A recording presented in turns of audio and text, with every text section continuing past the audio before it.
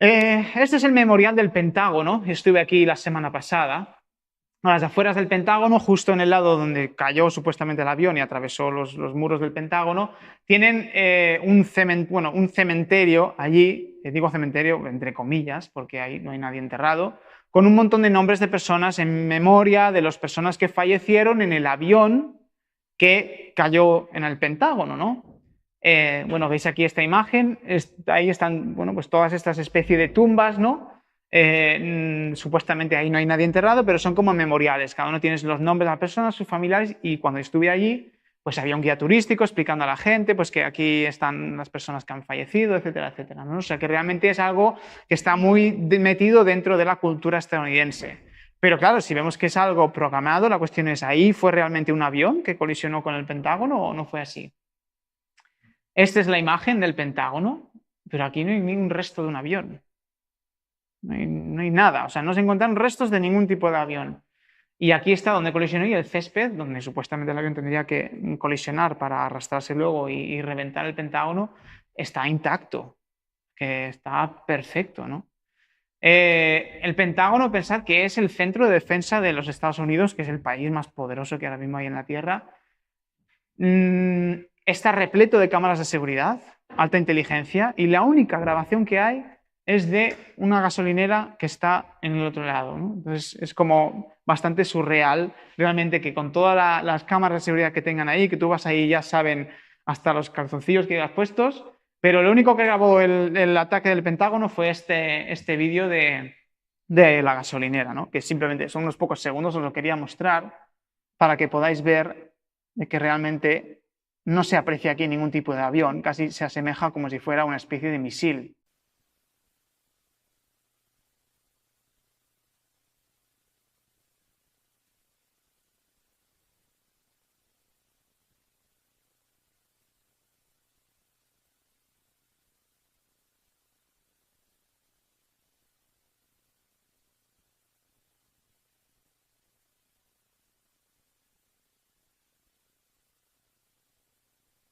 Y esa es la única grabación que existe de lo que es el ataque al Pentágono, ¿no? Pero bueno, viendo que ellos mismos lo tenían allí en los dibujos animados y también en las cartas de Illuminati, pues hace dudar realmente de si fue así, ¿no? Entonces, viendo que el rey del sur en esta profecía son los países árabes, ¿atacó el rey del norte al rey del sur después de este evento? Bueno, aquí tenemos un informe de la comisión del 11 de septiembre, que en la parte de este documento, que se escribió en el 2001-2002, en el capítulo este que pone Planificando para la Guerra, dice, en esta reunión restringida del Consejo de Seguridad Nacional, el presidente dijo que era el momento de la autodefensa, el momento en el que Estados Unidos tenía que contender contra ellos, ¿no? Estados Unidos castigaría no solo a los autores de los atentados, sino también a quienes les dieran cobijo. El secretario Powell dijo que Estados Unidos tenía que dejar claro a Pakistán, Afganistán y los estados árabes que había llegado el momento de actuar. Dijo que sería necesario crear una coalición. El presidente señaló que los atentados brindaban una gran oportunidad para comprometer a Rusia y a China.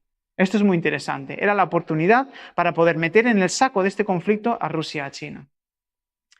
El secretario Rumsfeld instó al presidente y a los principales responsables a pensar en términos generales sobre quién podría haber dado cobijo a los atacantes, incluyendo Irak, Afganistán, Libia, Sudán e Irán. O sea, que se trataba no solo de decir vamos a por los terroristas, sino todos los países que supuestamente cobijan a estos terroristas islámicos, ¿no? Bueno, el versículo 40 nos decía, con carros y gente a caballo y muchas naves, el rey del norte entrará por las tierras e inundará y pasará. Y así fue. Los Estados Unidos, el rey del norte, entró en Medio Oriente con toda la fuerza que tenía y arrasó.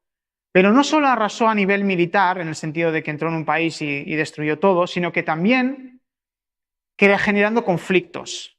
Porque no sé si recordáis que años después comenzó un movimiento que era la Primavera Árabe. Y lo que son los dominios de los recursos naturales empezaron a cambiar de dueño. ¿Quién empezó a hacerse dueño de todos esos recursos naturales? ¿Por qué tenía Estados Unidos el interés en entrar en estos países? ¿Qué tienen esos países? Gas natural, petróleo.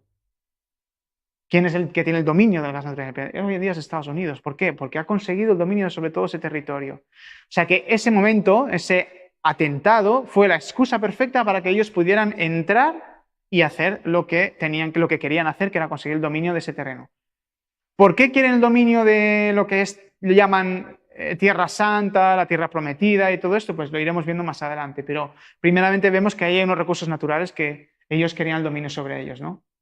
El versículo 41 nos dice, entrará a la tierra gloriosa, ¿no? Ese rey del norte, y muchas provincias caerán, mas estas escaparán de su mano, Edom y Moab y la mayoría de los hijos de Amón. O sea, que entraría a estas tierras, pero había unos territorios que no iban a recibir un ataque de este poder, ¿no? Pues la Enciclopedia Británica y la Enciclopedia de Historia Mundial nos dice que los antiguos reinos bíblicos de Moab, Galaad y Edom se encuentran dentro de sus fronteras, al igual que la famosa ciudad de piedra roja de Petra. La capital y ciudad más grande del país es Amán, llamada así por los amonitas. Entonces, Amón, Moab y Edom, esos tres reinos que no reciben este golpe de Estados Unidos, nos dice que está en Jordania, o sea que esto era la antigua Jordania, ¿vale? No sé si conocéis, pero está el río Jordán y en el lado oriental está lo que es el territorio de Jordania, ¿no? Entonces nos dice aquí en la enciclopedia que los reinos jordanos de Edom, Moab y Amón crecieron en este tiempo como a día de hoy es el reino de Jordania. Entonces Jordania supuestamente no recibió ataque del rey del norte. Cuando Estados Unidos entró en Medio Oriente, entró en Irak, en Afganistán y todos estos países, pero Jordania no se tocó. ¿Por qué? Pues ahora lo veremos. Veis que este es el territorio de Jordán a día de hoy y aquí están los territorios de Edom, Moab y Amón. Estamos hablando de más de 2000 años de diferencia. Pues algo escrito hace 2000 años lo vamos a ver cumplirse delante de nuestros ojos, ¿no? Bueno, el Departamento de Estado de los Estados Unidos habla aquí de sus relaciones con Jordania, una larga historia de cooperación y amistad con Jordania. Estados Unidos y Jordania comparten los objetivos mutuos, el fin del extremismo violento de la región y de todo el planeta. El proceso de paz y la oposición de Jordania al terrorismo son paralelos a los intereses más amplios de Estados Unidos y contribuyen a ellos. Jordania, a pesar de ser un país musulmán, colabora con Estados Unidos con la lucha antiterrorista, ¿no? Y Jordania fue designada en 1996 por Estados Unidos aliado principal no perteneciente a la OTAN. O sea que vemos que, a diferencia de todos los otros países de los que está hablando Bush, Jordania sí que está con este rey del norte. Y vemos aquí Benedicto XVI y el Papa Francisco, como cuando iban a visitar a Israel, no iban directamente a Israel, iban primero a Jordania, aterrizaban allí, hacían su visita con el rey y de allí salían a Israel a hacer la visita. Y el versículo 41 nos decía, mas estas escaparán de su mano, Edom, Moab y la mayoría de los hijos de Amón. ¿Por qué? Porque son aliados. En esos territorios, Jordania iba a ser aliado de este rey del norte, con lo cual no iban a entrar ahí. Y aquí le veis a los papas, vaya, con el rey Abdalá II bin al-Hussein. Los siguientes versículos decía, este rey del norte extenderá su mano contra las tierras y no escapará el país de Egipto. Se apoderará de los tesoros de oro y plata y de todas las cosas preciosas de Egipto. Y también los de Libia y de Etiopía le seguirán. O sea que va a ir a por estos países este rey del norte, Estados Unidos. Vamos a ver si fue así, ¿no? Solo por mencionar, esta conferencia, que yo estoy relatando algo, no es algo mío.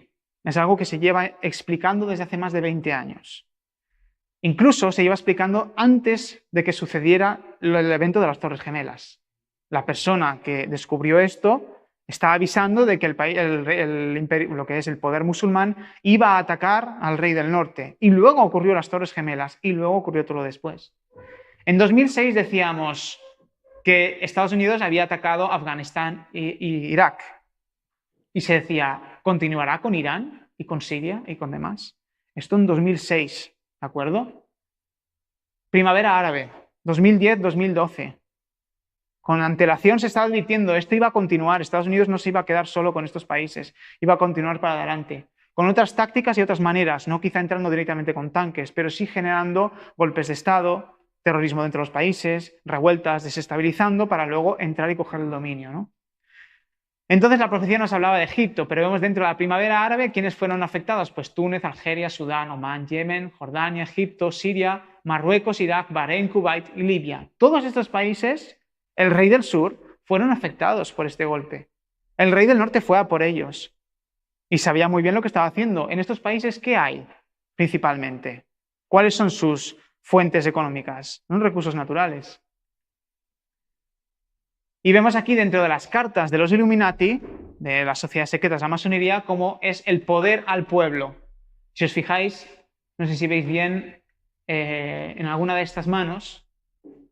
Este proyector no es tan bueno como el anterior, pero bueno, aquí, si lo veis aquí, hay un triángulo con un ojo, ¿no? O sea que las sociedades secretas están detrás de las revueltas y las revoluciones, porque ellos mismos las financian, las provocan, porque hay unos objetivos detrás. Las personas, nosotros, nos sentimos impelidos a seguir un movimiento porque lo vemos justo, pero no nos damos cuenta de que por detrás hay unos titiriteros que nos están manejando con unos objetivos que nosotros no vemos, ¿no? La profecía hablaba de Egipto. ¿Qué tiene Egipto? Petróleo y gas natural. Esas son sus principales fuentes de recursos económicos. ¿Y qué pasó en Egipto? Estas son fuentes del Departamento de Estado de Estados Unidos, ¿no? Pues Henry Kissinger dijo, refiriéndose al derrocamiento de Hosni Mubarak, que era el dictador, digamos, que estaba ahí en esa época en Egipto, dijo, esto es el primer acto de un drama que tiene que realizarse. Ellos mismos sabían muy bien que esto es un plan, es un acto, es un teatro, tiene un guión. Y ellos están siguiendo unas pautas y es un guión que ellos mismos escriben y van para adelante, ¿no? Y la Biblia nos advertía de que esto iba a acontecer. Con lo cual esto tiene que realizarse y tiene que llevarse a cabo. Y decía el versículo 42, y no escapará el país de Egipto. ¿Y qué ocurrió también? Que decía que iba a ser robados tesoros de Egipto, no solo el oro negro, que es el petróleo, ¿no? Y el gas, sino también tesoros. Y nos dice aquí que artefactos egipcios fueron robados durante la primavera árabe en la ciudad de Nueva York. Esto fue acusando a gente que está involucrada en la ciudad de Nueva York. Dice el expresidente del Louvre de París había sido acusado recientemente de conspirar para ocultar el origen de los artefactos egipcios en sus museos, muchos de los cuales fueron contrabandeados durante la primavera árabe de 2011. O sea, fijaos, hace 2600 años está diciendo que los tesoros de Egipto iban a ser robados.